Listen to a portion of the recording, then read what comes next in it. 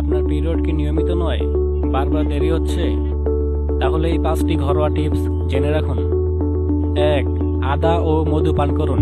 প্রতিদিন সকালে গরম পানিতে আদা ও মধু মিশিয়ে খেলে রক্ত সঞ্চালন স্বাভাবিক হয়।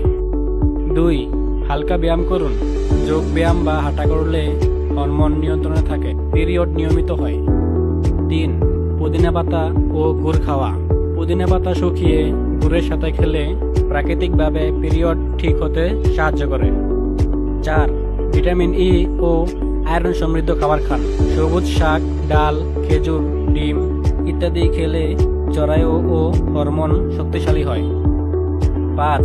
মানসিক চাপ কমান। অতিরিক্ত চিন্তা ও দুশ্চিন্তা হরমোনকে অসন্তুলিত করে, তাই মেডিটেশন বা বিশ্রাম নিন। পিরিয়ড অনিয়মিত হলে ভয় না পেয়ে ঘরোয়া নিয়ম মানুন, প্রয়োজনে চিকিৎসকের পরামর্শ নিন।